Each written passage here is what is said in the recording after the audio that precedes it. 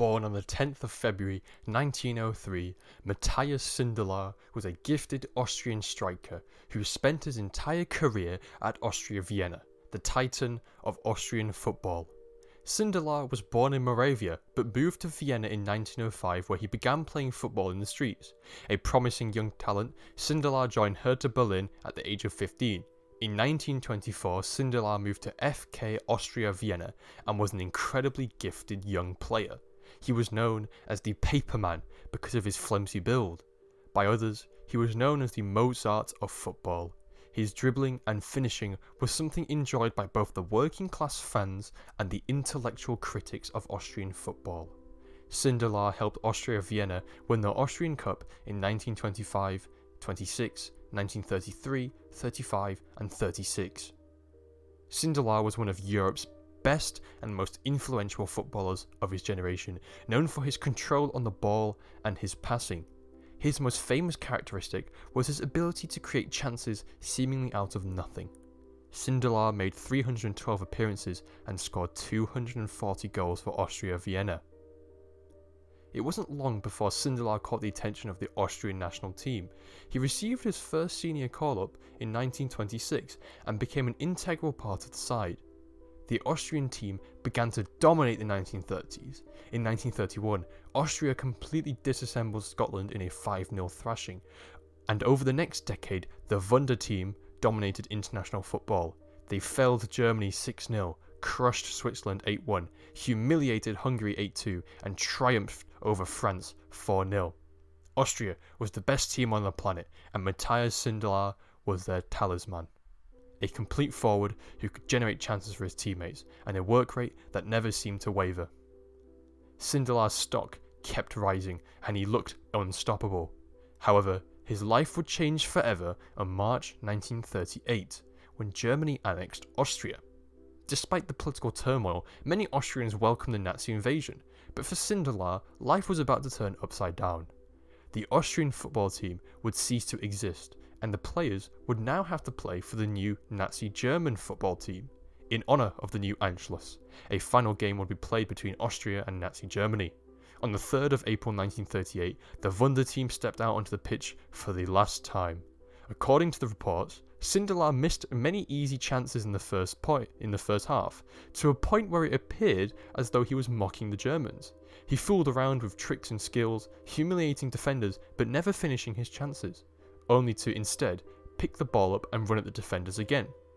At half-time, the game looked to finish 0-0, a draw, something the Nazi occupiers presumably wanted.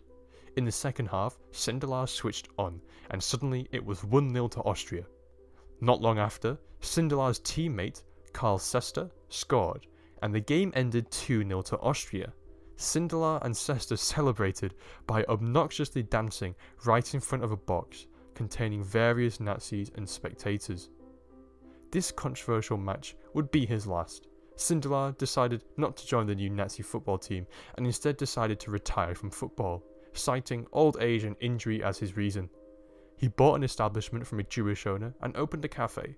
He spent his final days serving to locals, Jews and non-Jews, but his new career was noticed by the Gestapo.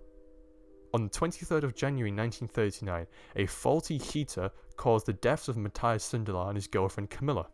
Their bodies were found in the apartment they shared in Vienna, with the official cause of death being carbon monoxide poisoning. However, people were not convinced that his death is entirely genuine. Some people believe that it was suicide, with Sindelar being so distraught at the Anschluss. The main theory, however, is that he was assassinated by the Gestapo. Egon Ulbrich, a lifelong friend of Sindelar, stated that a local official was bribed to record his death as an accident, and the Gestapo had held a file on Sindelar and kept his cafe under constant surveillance. It would therefore be easy to conclude that Sindelar was murdered by the Gestapo for his anti-Nazi views and a welcome hand towards Austrian Jews. In 1999, Sindelar was voted the best Austrian footballer of the 20th century and was named Austria's Sportsman of the Century in 1998. Sindelar was known as the pre-war Pelé, a title only worthy of those who had the best of the best. Sindelar was certainly part of the footballing elite, but his legacy was swept under the rug by Nazi officials hoping to erase his contentious history. His death in Vienna perhaps speaks volumes about his legacy. Matthias Sindelar was a serial winner, a natural goal scorer, and a complete forward. His funeral was attended by thousands of people bidding farewell to a world-class star who died at just 35. Matthias Sindelar, the Wonderkid who defied the Nazis. Thank you for listening to this episode of the Münster podcast. I really hope that you enjoyed it. I thought it was quite interesting. It's not really a massive historic figure, but nevertheless a historical person that I thought was very interesting and I'd like to share with you all. If you have any feedback for this episode, please let me know. Please let me know down in the comments.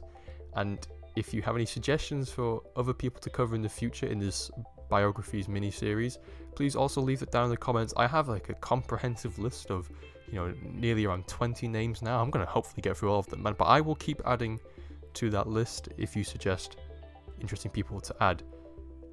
To support the channel, please like and subscribe, and also share if you know people who will be interested in this. And that is about it. Thank you very much for watching the Münster podcast, and I will catch you next time.